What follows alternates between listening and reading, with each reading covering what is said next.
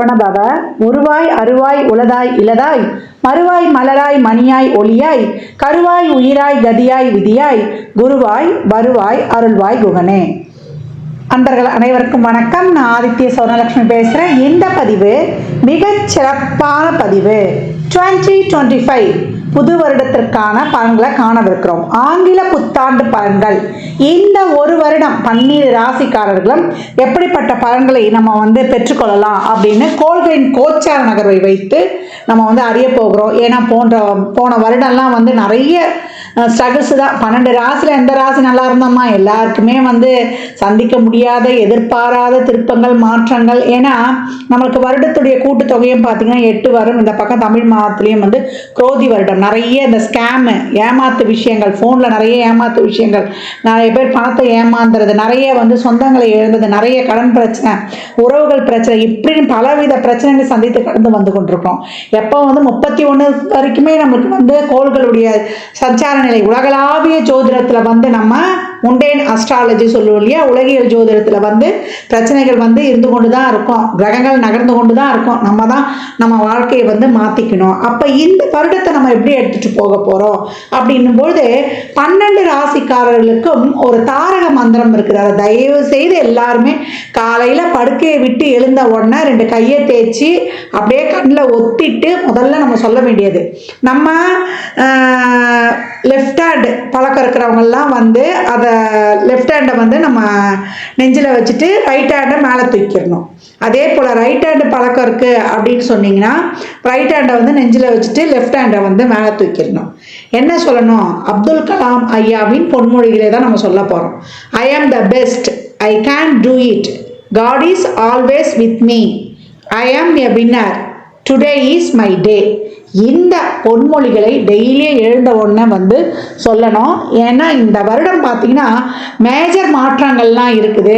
அதெல்லாம் என்னன்னா கர்ம கிரகங்கள்னு சொல்லக்கூடிய நம்முடைய ராகு கேது சனி குரு இவருடைய பயிற்சி இருக்க போகுது. இவங்க எல்லாம் போட்டா போட்டி போட்டுக்கிட்டு ஒருத்தருக்கு பின்னாடி ஒருத்தர் மாற போகிறாங்க, நாங்கள் பலனை கொடுக்க போகிறோம் அப்படின்னு வரிசையாக அணிவகுத்து நிற்கிறார்கள். அப்போ நம்ம என்ன பண்ணணும்? இவங்கெல்லாம் ரெடியாக இருந்தாலும் நம்ம அதே போல் ஒரு தன்னம்பிக்கை உத்வேகத்துடன் நீங்கள் மாறுறது மாறுங்க, நாங்கள் செயல்படுறது செயல்படுறோம் சொல்லுவாங்க இல்லையா, நலிந்தோருக்கு இல்லை நாளும் கிழமையும் அப்படின்னு சொல்லிட்டு, அந்த மாதிரி நம்ம நம்மளை ஒரு பாசிட்டிவாக ஒரு புத்துணர்ச்சியாக நம்ம ரொம்ப ஒரு எல்லா வகையிலையுமே நம்மளை ஒரு டிவைன் எனர்ஜியோட நம்மளுடைய உடல் ஆரோக்கியத்தோட நம்ம அனைத்து வகையிலையுமே நம்மளுடைய உறவுகளுடைய சப்போர்ட்டோட இந்த உறவுகள் சப்போர்ட் தாண்டி நம்மளுக்கு ஒரு பெரிய சப்போர்ட் யார்? இறைவனுடைய சப்போர்ட்டு. இறைவனுடைய சப்போர்ட்டோட இறைவனுடைய திருநாமங்களோட நம்ம எப்போ ஒரு என்ன சொல்கிறது, நம்மளை சுற்றி ஒரு கோட்டையே கட்டிடலாம், ஒரு ஆறா போட்டுக்கணும், நம்மளை சுற்றி ஒரு பாதுகாப்பு வளையத்தை நம்ம ஏற்படுத்தி கொள்ளலாம். அப்போ எந்த மாதிரி நம்ம செயல்படலாம் என்பதை 12 ராசிக்காரர்களுக்கும் தனித்தனி பதிவுகளாக துல்லியமான பலன்களாக தரப்பட்டிருக்கு. அன்பர்கள் நீங்கள் என்ன பண்ணணும்னா பதிவை மட்டும் முழுமையாக கேளுங்க. நீங்கள் கேட்பதோடு மட்டுமல்லாமல் உங்கள் உற்றார் உறவினருக்கும் பகிருங்க. பதிவில் சிறப்பான வழிபாடுகள், நம்மளுடைய வாழ்வியல் செயல்பாடுகள், நம்மளுடைய என்ன மாதிரியான ஒரு தான தர்மங்கள்லாம் செய்யலாம் என்பதை சொல்ல இருக்கிறோம். அது மட்டும் இல்லாமல் வரக்கூடிய வருடம் 2025 அதனுடைய கூட்டு பார்த்தீங்கன்னா 9 வரும். 9 செவ்வாய்க்குரியது. அந்த செவ்வாய்க்குரிய கடவுளே முருகப்பெருமான் தான். அப்போ இந்த வருடம் நம்ம 3 சக்திகளையும் உள்ளடக்கிய முருகப்பெருமானையும் வழிபடணும். அதற்கு போகக்கூடிய செயல்பாடுகளான நம்ம ஒரு விஷயத்தை ஆசைப்படுறோம், அது இச்சா சக்தி.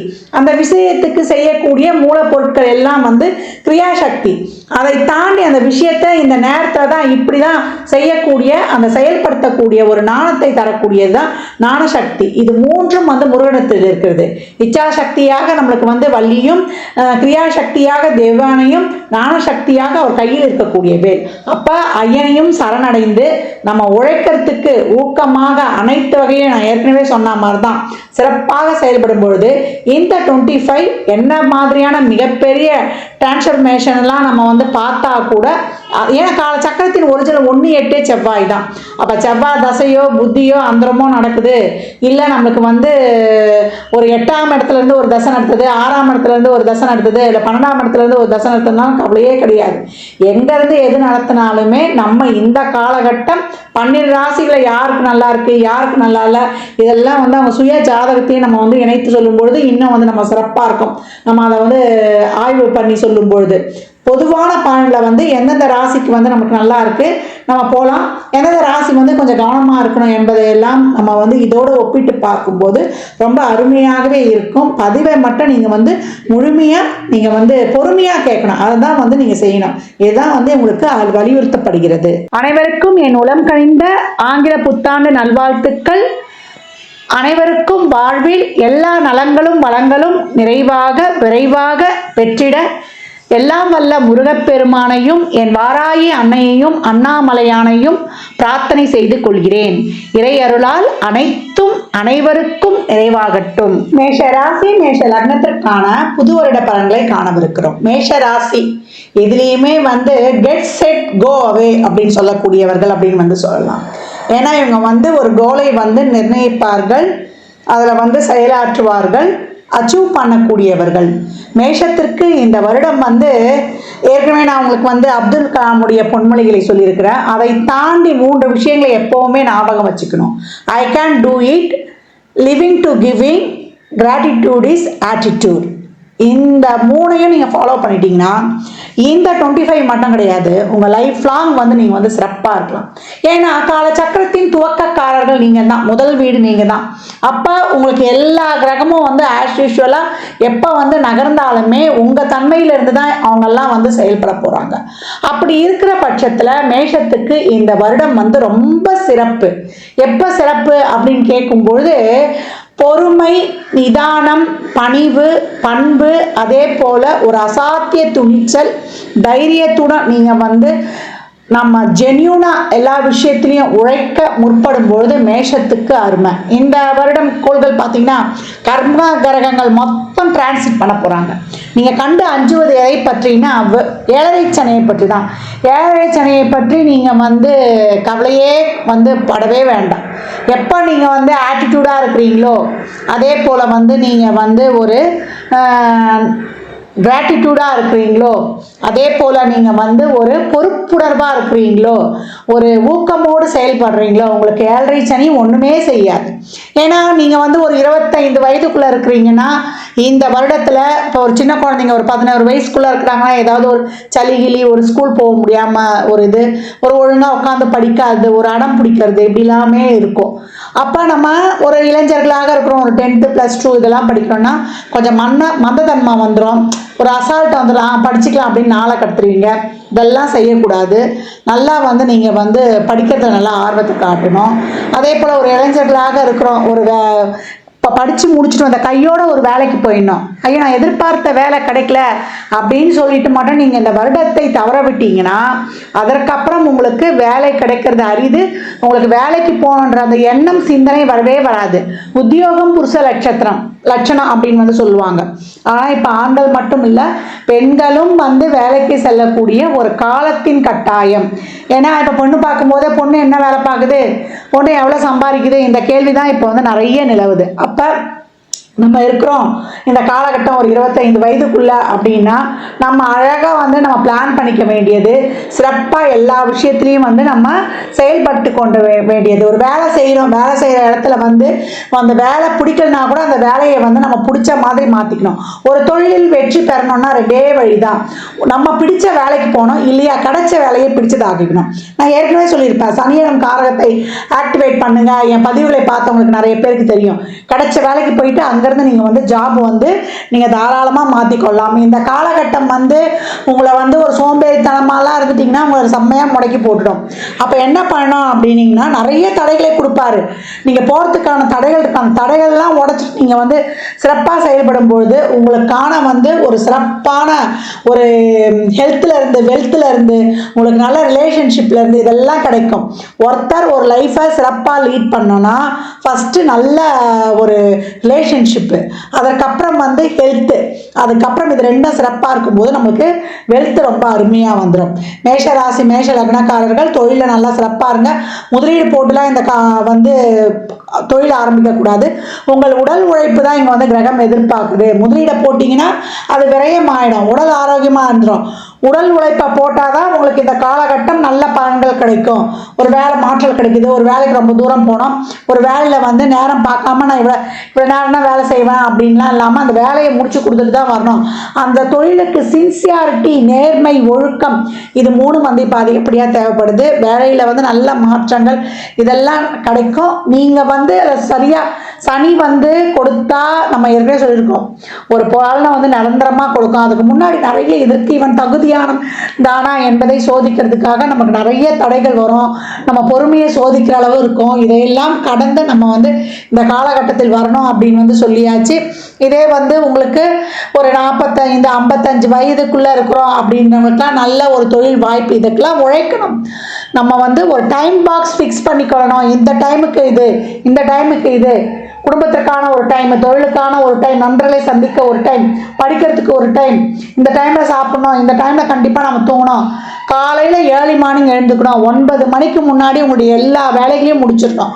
9 to 9:30 நம்ம வந்து நம்முடைய செல்லெல்லாம் ஆஃப் பண்ணி வச்சிடணும். 9:30 மணிக்கு மேலே தூங்க போயிடணும். காலைல டான 4 மணிக்கு எழுந்துக்கணும். இதுதான் உங்கள் டைம் பாக்ஸை ஃபிக்ஸ் பண்ணிக்கணும். இந்த 9 மணிக்குள்ளே நீங்கள் என்னென்ன வேலையை செய்வீங்களோ காலையில் 6 to நம்ம 9:30 மணிக்குள்ளே என்னென்ன வேலைகள் இருக்கோ செஞ்சுட்டோம். இந்த 4 மணிக்கு எழுந்துக்கிறோம் பார்த்தீங்கன்னா 4லேருந்து 6க்குள்ளே நம்மளுக்கு நம்ம ரொட்டீன் வேலைகள், நம்ம உடம்புக்கானது எக்ஸசைஸு, நம்ம மனதுக்கான தியானம், நம்ம அன்னைக்கு யார் யாருக்கெல்லாம் வந்து நம்ம என்னென்ன நிகழ்ச்சிகள்லாம் நடந்தது நேற்று, அதில் என்னென்ன பலன்களை கற்றுக்கிட்டோம், யார் யாருக்கு என்னென்ன நன்றிலாம் சொல்லணும். டெய்லியும் இந்த நன்றி உணர்வு உங்களுக்கு சொல்லியிருக்கேன். Gratitude is attitude. நன்றி சொல்ல சொல்ல சொல்ல உங்களுக்கு நேர்மறை எண்ணங்கள் நிறைய சிந்திப்பீங்க. நேர்மறை எண்ணங்களை சிந்திக்க சிந்திக்க நீங்கள் வந்து சிறப்பாக செயல்படுவீங்க. இதுக்கெல்லாம் நிறைய வந்து சயின்டிஃபிக் ரீசன்லாம் இருக்குது. நம்ம இனிமேல் வரக்கூடிய மாத பதிவுகளில் வந்து நல்லாவே பார்ப்போம். இப்போ மேஷம் எப்படி எடுத்துகிட்டு போகணும் அப்படின்னு பார்க்கும்பொழுது முதலீடு செய்வதை தவிர்த்து உங்கள் உடல் உழைப்பை அதில் வந்து போடுங்க. அதே போல் இளைஞர்கள்லாம் சோர்ந்து போயிடக்கூடாது. நல்ல வேலை வாய்ப்புகளுக்கான முயற்சிகளை வந்து தேடுங்க. கிடைக்கிற வேலைக்கு போய் உங்களை வந்து நீங்கள் தொழிலில் ஈடுபடுத்திக்கோங்க. அதே போல் ஊக்கமாக செயல்படணும். பொறுப்புணர்வு, தன்னம்பிக்கை, விடாமுயற்சி இந்த காலகட்டத்தில் இருக்கணும். இதுதான் உங்களுக்கு விஸ்வரூப வெற்றியை தரும் அப்படின்னு வந்து சொல்லியாச்சு. அது திருமணமாக இருந்தாலும் உறவுகளாக இருந்தாலும் இந்த காலகட்டம் வந்து உங்களுடைய சின்சியாரிட்டி தான் உங்களுக்கு முக்கியம். அதில் நீங்கள் உண்மையாக இருக்கிறீங்களா அப்படின்றது தான். இந்த திருமணம்லாம் வந்து ஒரு சிலருக்கு நம்ம இப்போ தேடிக்கிட்டு இருக்கோம்னா நல்ல வரன்களாகவே கிடைக்கும்.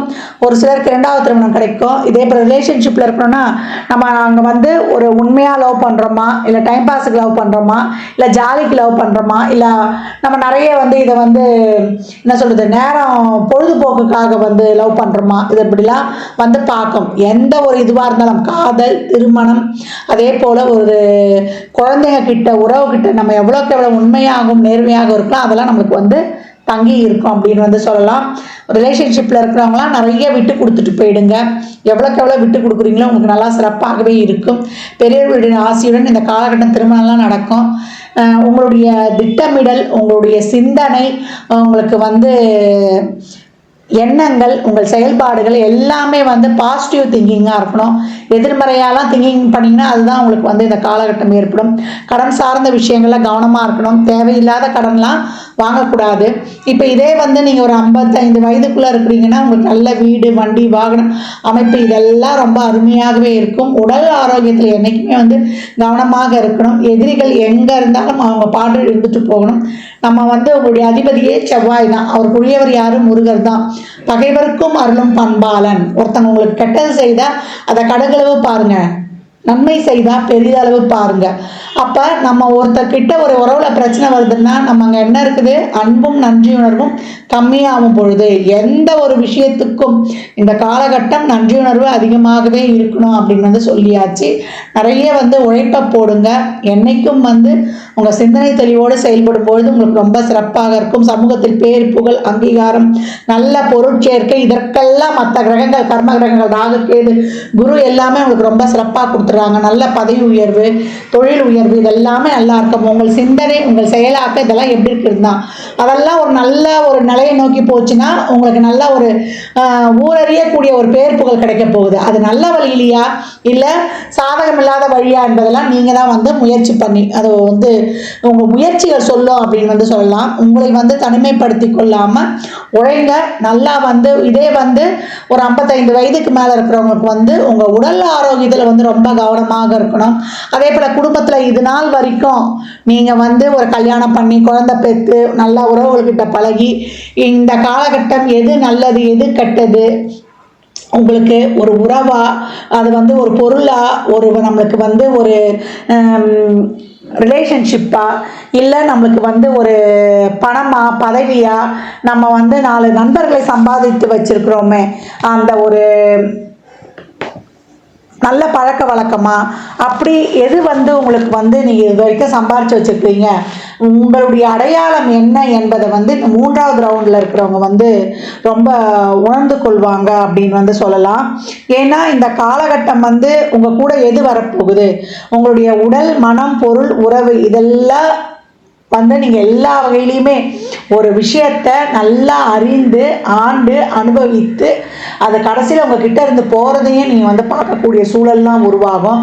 இதே நீங்கள் ஒரு அறிவு சார்ந்து இருந்தீங்கன்னா இப்போ நடக்கக்கூடிய அந்த விஷயங்கள்லாம் நீங்கள் ரொம்ப பக்குவமாக எடுத்துக்குவீங்க. இப்போ நீங்கள் ஒரு உணர்ச்சி வசப்படக்கூடியவர்களாக இருந்தால் அதெல்லாம் நம்மளுக்கு ரொம்ப கஷ்டமாக இருக்கும். நம்ம இவ்வளோ உண்மையாக இருந்தோம் இவங்களாம் நம்மளை விட்டுட்டு போயிடுறாங்க, நம்ம இவ்வளோ செஞ்சோம் இவங்க நம்மளுக்கு சப்போர்ட்டாக இருப்பாங்க பார்த்தோம்ல இவங்க அந்த காலகட்டம் சப்போர்ட்டாக இல்லையே அப்படின்ற ஒரு மன கஷ்டத்தெல்லாம் கொடுத்துரும். இதெல்லாம் நம்ம பெரிதாக எடுத்துக்கொள்ளக்கூடாது.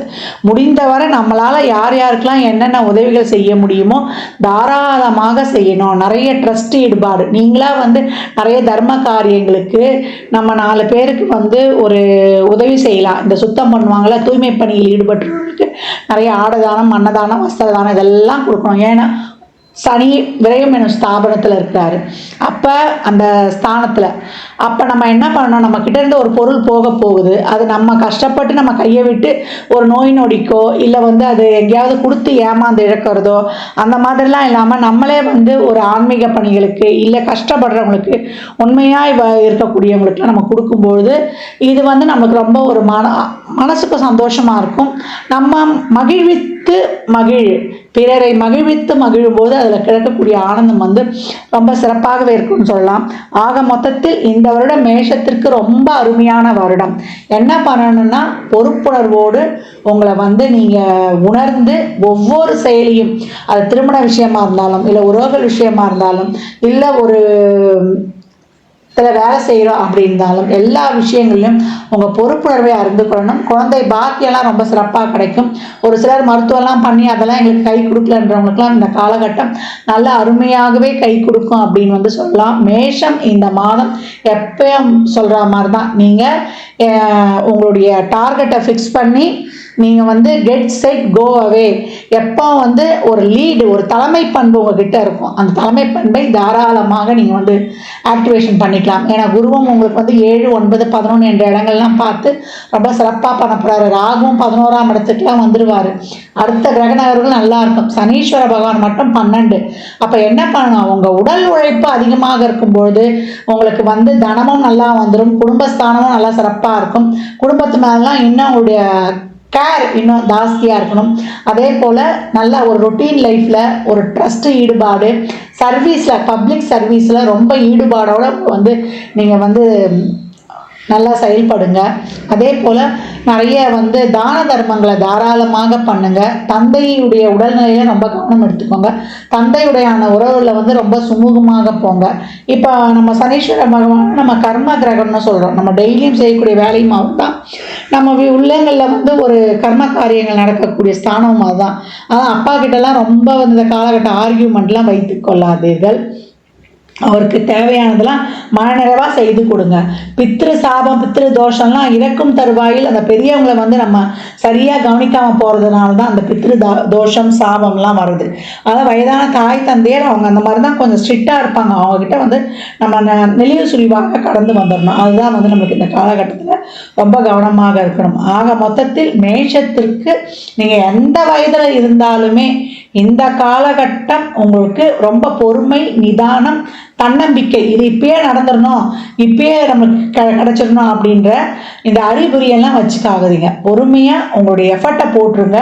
பலன் இறைவன்கிட்ட இருக்குன்னு நீங்கள் அந்த பலனை எதிர்பார்க்காம நீங்கள் செயல்பட்டு கொண்டே இருந்தால் திறமையாக நல்ல சிந்தனை தெளிவோடு நேர்மறை எண்ணங்களோடு உங்களுக்கு அனைத்துலேயுமே, அது உறவாக இருந்தாலும் சரி, இல்லை ஆரோக்கியமாக இருந்தாலும் சரி, பண விஷயமா இருந்தாலும் சரி, எல்லாத்துலேயும் ஒரு படி நீங்கள் மேலே இருப்பீங்க அப்படின்னு வந்து சொல்லலாம். இந்த காலகட்டம், இந்த வருடம் முழுதும் நீங்கள் வழிபடக்கூடிய தெய்வம் என்னன்னு கேட்டிங்கன்னா சிவ வழிபாடு தான். சிவனை எவ்வளோ வழிபடுறீங்களோ அவ்வளோக்கு அவ்வளோ உங்களுக்கு சிறப்பான பலன்களை தரும்.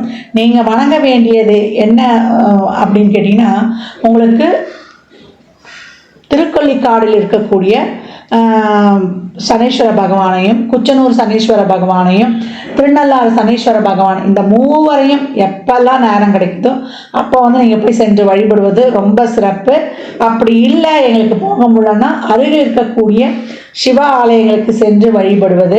அந்த சனீஸ்வர ஆலயங்களில் சனீஸ்வரர் மட்டும் கிடையாது, அங்கே இருக்க ஈசனை தான் முதல்ல நீங்கள் வழிபடணும். எந்த காலகட்ட இப்போ ஏழரை சனி வந்துருச்சுன்னொடனே நான் வந்து சனீஸ்வரனுக்கு விளக்கு போடுறேன், சனீஸ்வரனுக்கு 9 சுற்றுறேன், அதை செய்யாதீங்க. சிவ வழிபாடும் சிவபுராணத்தையும் டெய்லியும் படிங்க. கோளறு பதியம் தான் உங்களுக்கு வந்து ஒரு தாரக மந்திரமாக இந்த காலகட்டம் இருக்கும். பெரியவர்கள்கிட்ட நிறைய பிளெஸிங்ஸ் வாங்கிக்கோங்க. மாற்றுத்திறனாளிகளுக்கு உங்களால் இயன்ற உதவிகளை தாராளமாக செய்யுங்க. எவ்வளோக்கு எவ்வளோ செய்கிறீங்களோ அவ்வளோக்கு அவ்வளோ உங்களுக்கு சிறப்பான பலன்கள் இருக்கும். இந்த மெடிடேஷன், யோகா இதெல்லாம் இந்த காலகட்டம் நீங்கள் பண்ணினாலும் தான் உங்கள் டைம் பாக்ஸை ஃபிக்ஸ் பண்ணி கொடுத்தாச்சு. 4 to 6 உங்களுக்கான ஒரு நேரமாக எடுத்துக்கொள்ளுங்க. உங்களுடைய மனவளக்கலையையும் உடற்பயிற்சியையும் சிறப்பாக இயக்கி கொள்ளும் பொழுது இந்த கிரக நகர்வுகள் உங்களுக்கு ரொம்ப அருமையான பலன்களை தரும். மேஷம் என்றைக்கும் மேன்மையே என்பதை வந்து நிரூபிக்கக்கூடிய காலகட்டம். சோதனை காலகட்டமாக இருந்தாலும் சாதனையாக மாற்றுவது உங்களின் கைகளில். மேஷ ராசி மேஷ லக்னத்திற்கு என் மனமார்ந்த வாழ்த்துக்களை தெரிவித்துக் கொள்கிறேன். இந்த பலனெல்லாம் கோள்களின் கோச்சார நகரை வைத்து சொல்லப்பட்டிருக்கு. உங்கள் சுய ஜாதகத்தில் இப்போ என்ன தசாபுதி நடக்குது, அது எதற்காக உங்களுக்கு ஊக்கப்படுத்துது, அது திருமணம், குழந்தை பாக்கியத்திற்கா இல்லை பொருளாதார முன்னேற்றத்திற்கா என்பதெல்லாம் உங்கள் சுய ஜாதகத்தை ஆய்வு செய்வதன் மூலம் மட்டுமே நாம் தெல்ல தெளிவாக அறிந்து கொள்ள முடியும். எப்பயும் மாற்றுத்திறனாளிகளுக்கு, ஏழை எளியவர்களுக்கு என்ற தான தர்மங்களை எவ்வளோ வேண்டுமானாலும் செய்யுங்க, எளிமையாக செய்யுங்கள். ஜாதகம் பார்க்க விரும்பும் அன்பர்கள் இந்த எண்ணிற்கு ஒரு மெசேஜ் செய்யுங்க. தங்களுக்கான விவரங்கள் அளிக்கப்படும். அப்பாயின்மெண்ட் பெற்றுக்கொள்ளலாம். ஜாதகம் சிறந்த முறையில் கணித்து பார்த்து தரப்படும். வாஸ்து பார்த்து தரப்படும். வாஸ்துப்படி வீடு கட்ட பிளான்கள் போட்டு தரப்படும். எண்ணியல் படி பிறந்த குழந்தைகளுக்கு பெயர் வைத்துக் கொள்ளலாம். தொழிற்சாலை நினைவுகளுக்கும் பெயர் வைத்து உங்கள் வாழ்வை வளமாக்கிக் கொள்ளலாம். சுபமுகூர்த்த நாட்கள் குறித்து தரப்படும். அவரவர் சேவைக்குண்டான கட்டணத்தை செலுத்தி சிறப்பான சேவைகளை பெற்று வாழ்வை வளமாக்கிக் கொள்ளலாம். இந்த பதிவை தாங்கள் கேட்பதோடு மட்டுமல்லாமல் தங்கள் உற்றார் உறவினர் நண்பர்களுக்கு பகிருங்க. மற்றும் ஒரு சிறப்பான பதிவில் சந்திக்கும் வரை தங்களிடமிருந்து விடைபெற்றுக் கொள்வது ஆதித்ய சொர்ணலட்சுமி. மிக்க நன்றிகள். வாழ்க வளமுடன். நற்பவி நற்செழி.